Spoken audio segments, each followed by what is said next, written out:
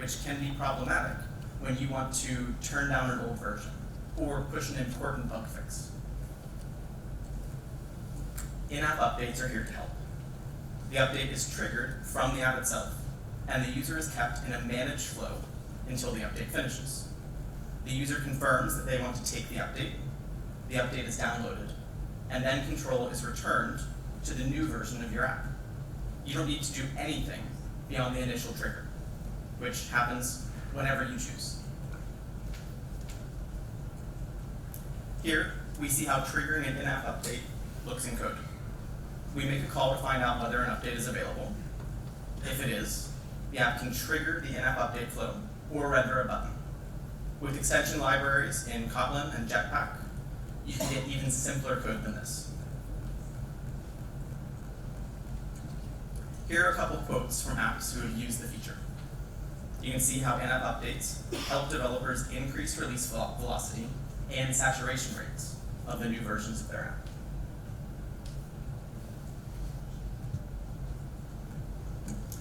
Now, once the app is installed, normally all of your code and content is served to users.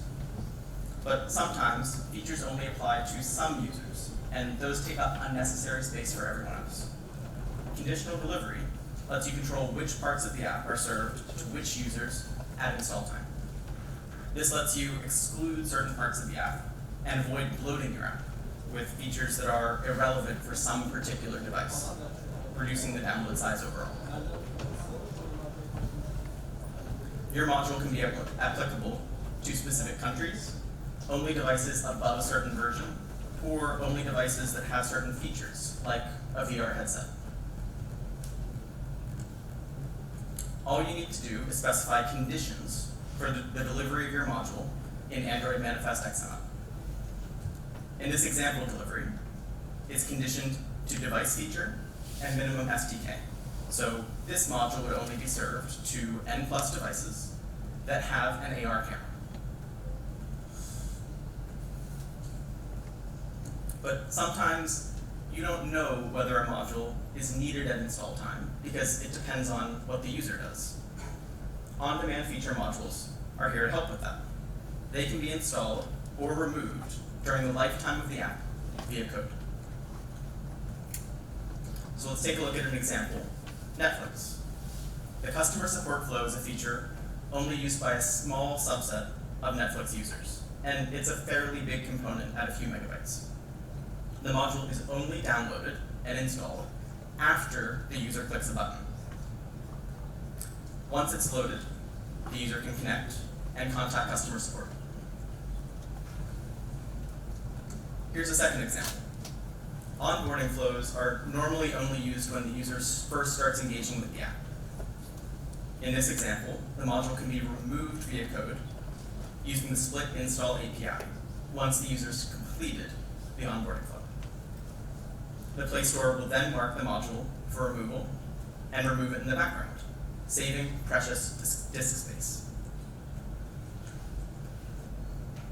But many times, the bulk of your content is not coming from code, but coming from assets. And we know that many of you are using content delivery networks to host and deliver your app resources online.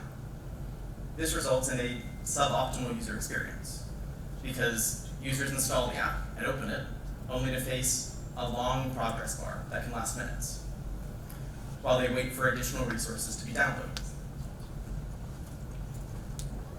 You can publish a single artifact to play containing everything that your app needs.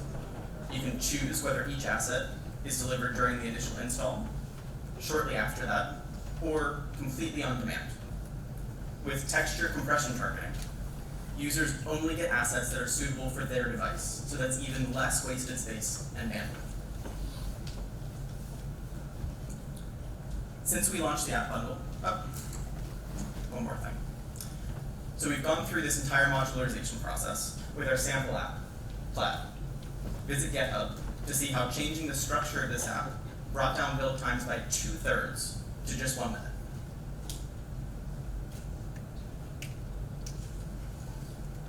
So since we launched the app bundle, we kept hearing from developers how great it is, but that testing of bundles is hard. So this is especially true early in the development cycle, when you want to share a test build with a few of your friends or internal testers. Internal app sharing is meant to make internal sharing quick and easy. Drag and drop to upload, and have your testers visit the shareable URL to download and test the app. The app is the exact same as if it was officially published to the Play Store, including things like on-demand delivery that we've looked at on the past few slides. You can choose to allow anyone with the URL to access it, or limit it to specific users. This is completely separate from test tracks. So, what should you remember so far? Everyone's using the app bundle to be more efficient. You should too. You can still test using internal app sharing. In-app updates provide an easy hook to get users on the latest app version. Conditional delivery lets you pick modules at install time. On-demand delivery lets you pick later. And asset packs do the same for resources. So now that we've gone through the development phase, let's take a look at what happens when you're ready to release your app and see how it's doing.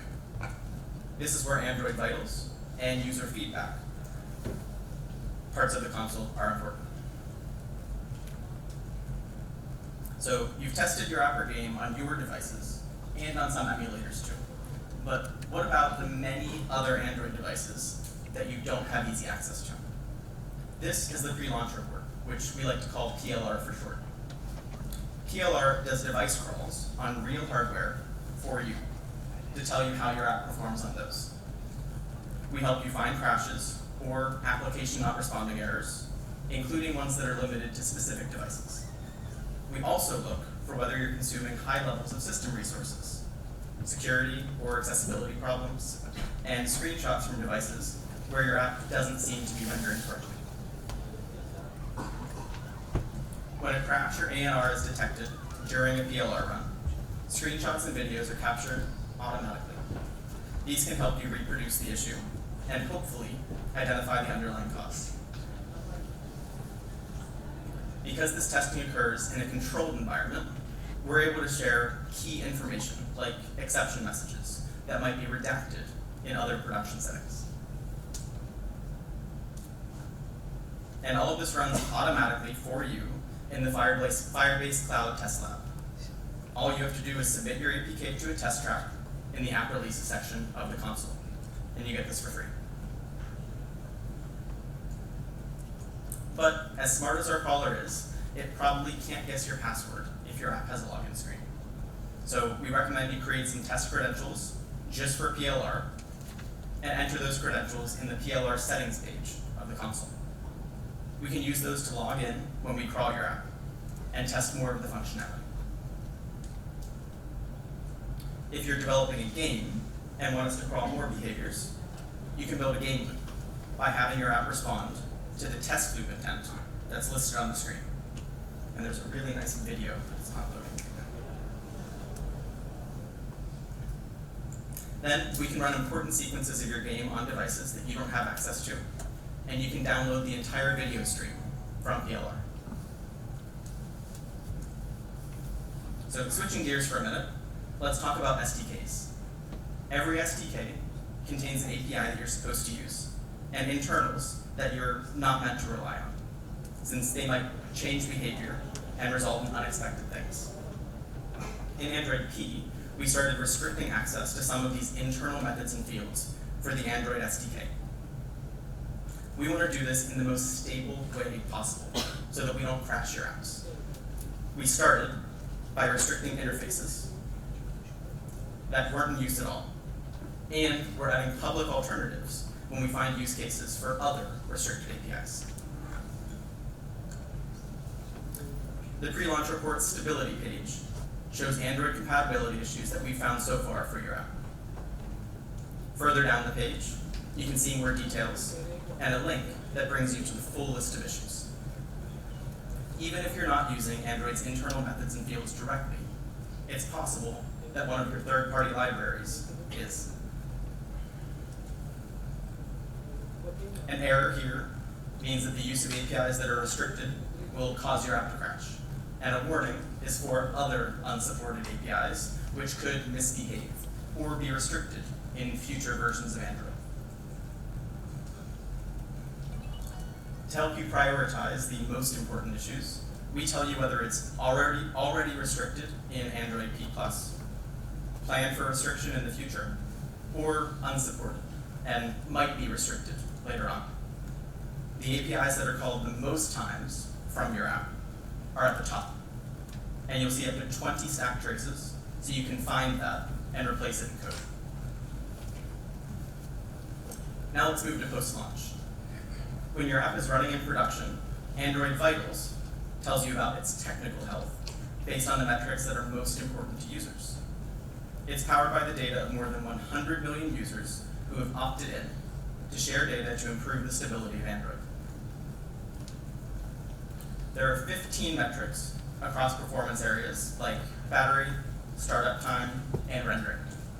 Each metric can be broken down by at least 3 dimensions, like APK version, device, and the Android version as well. The compatibility issues that we touched on earlier are just one of the many things that can cause an app to crash. In Vitals, you're able to filter to only devices that are running new versions of Android to see if there are any issues in the latest version. It's important to do this early, since as time goes on, more updates go out, and more users will be affected. Here's the kind of data that you might see in the crashes section of Vitals. You'll note that although we provide the tag to stack trace, we have to take away parts of the exception message in case it contains private user information. But that's where PLR can come back to help. If the same error was seen during a PLR test, you'll see a link from Vitals to PLR, where you'll get more debugging information without the redaction. The link works both ways too, so you can prioritize your issues in the pre-launch report based on which is affecting the most real users over in Vitals. But the link is only actionable if you can help us parse your stack traces. And you can do this by uploading a mapping file for tools like ProGuard that obfuscate your APK. This enables us to show you more useful stack traces and deduplicate crashes to make debugging easier for you. If you're already busy and aren't regularly checking Vitals, you can opt into email alerts for anomalies, so you find out performance issues early without even having to visit the console. Our newest vital is app size, and we talked a lot about that earlier. Keeping your app size low is important since 30% of devices on Play have less than 1 gigabyte of free space available. 30% of install requests on Play end up failing. Sometimes this is because the device didn't have enough space, but also the bigger the download and the longer it takes, the more likely a user is to cancel or lose connectivity.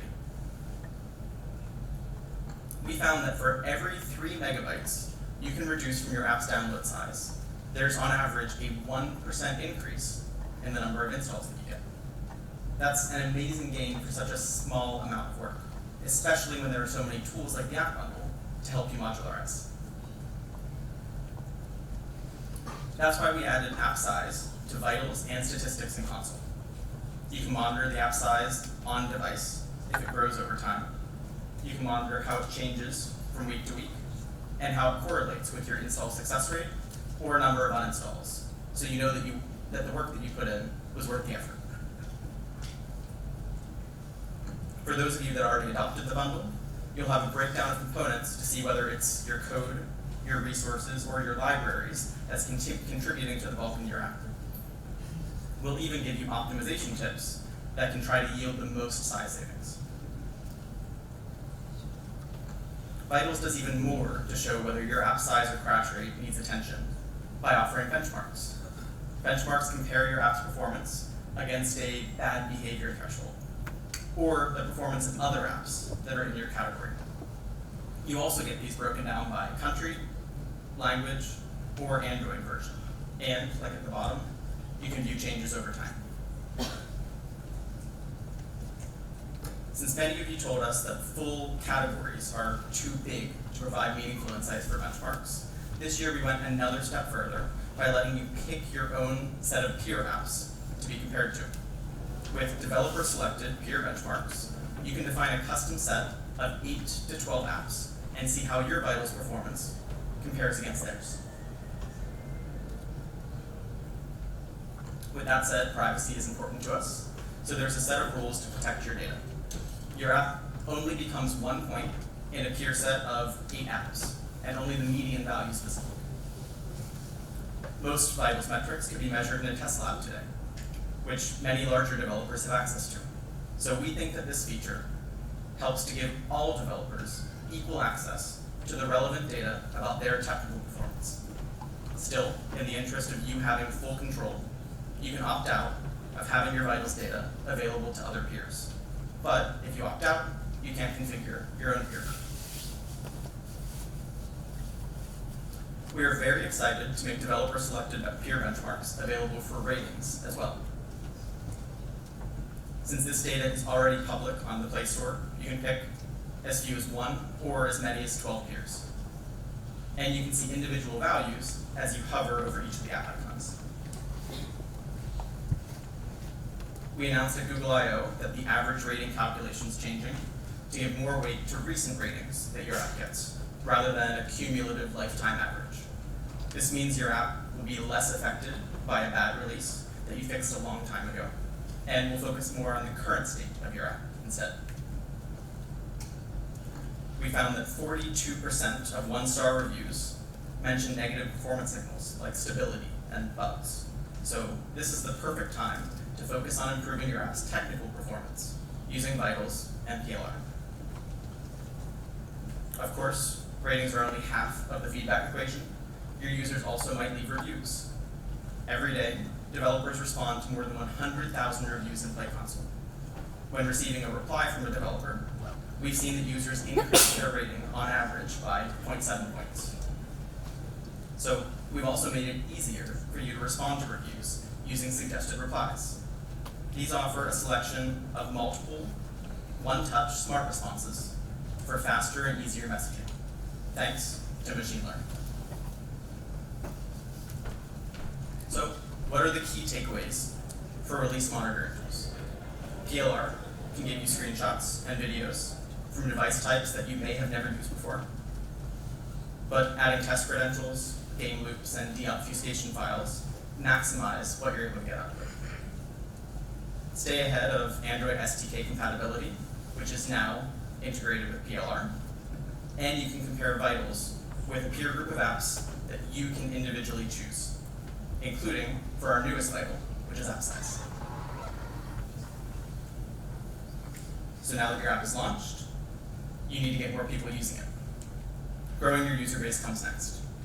For this, we'll dive into the store presence and user acquisition sections of the console.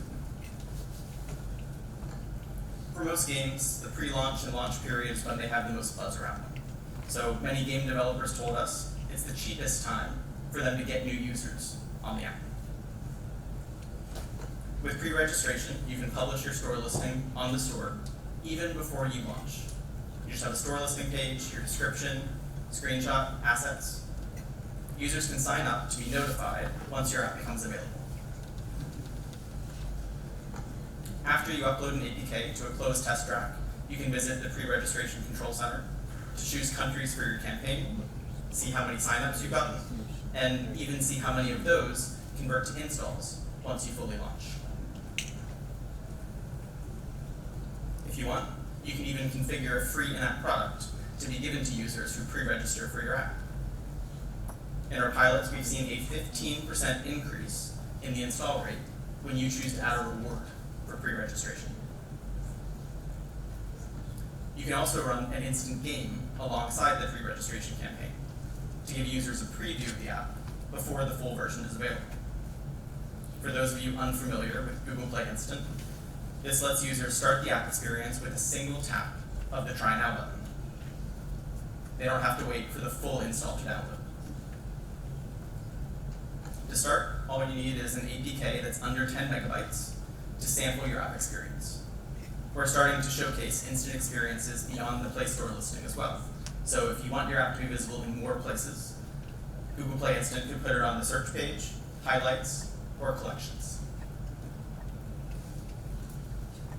Once you create an instant APK, you can bring the install prompt up with a single line of code. We take care of the rest. You can use the cookie API to send a string that sends the user's purchases onwards to the full app once it's downloaded. To see how much these tools are helping your app's success, you can take a look at the statistics section of the console, which we recently updated installs metrics with more breakdowns for all the sorts of questions that are most important to you as an app developer. Compare the performance of multiple metrics at once, configure reports with a few simple clicks. You can decide if you want to look at all users or only new ones, if you care about total installs or unique devices. What about installs by hour, just for today, or totals for all year long? You can combine these any way that you want.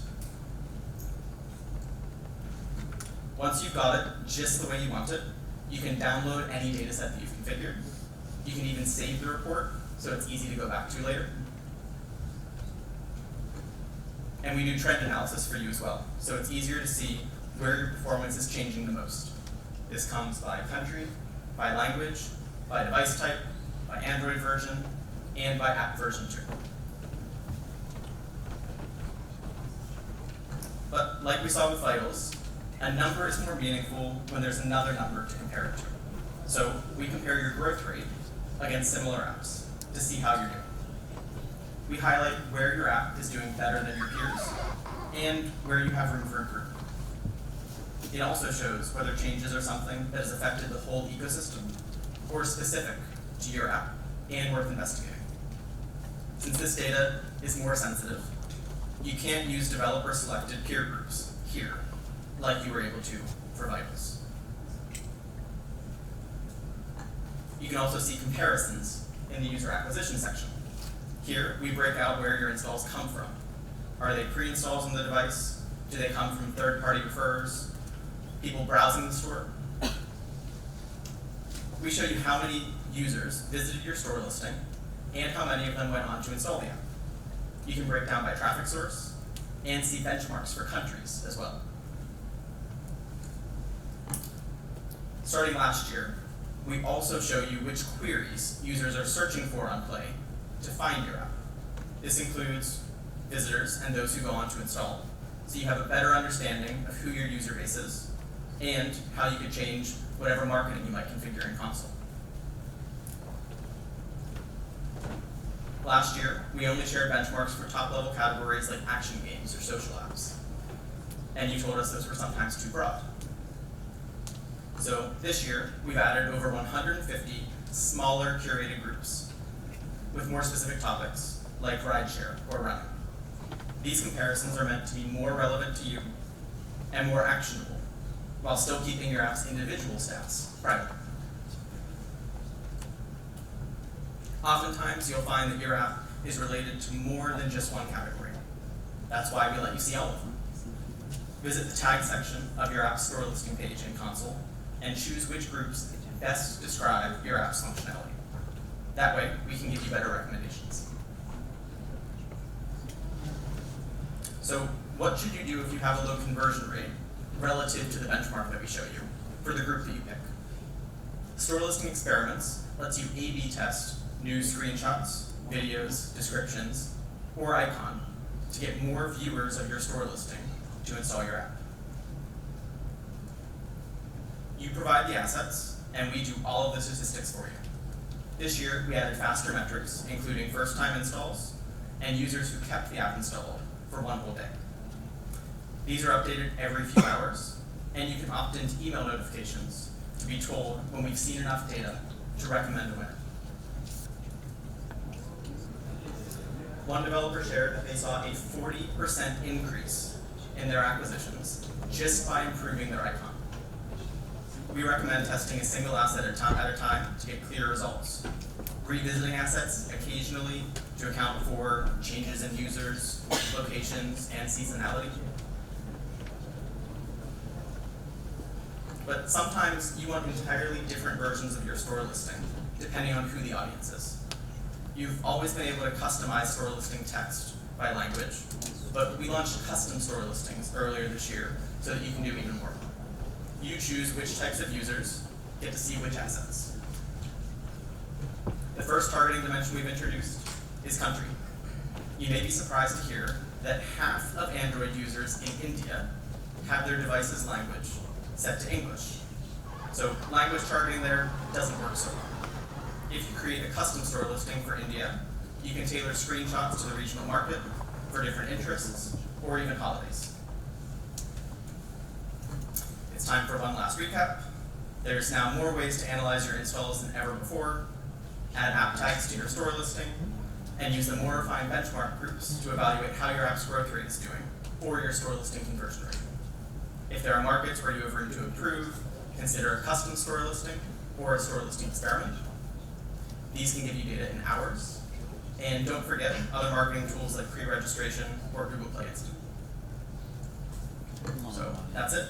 I hope that you were able to learn something new about the Play Constant.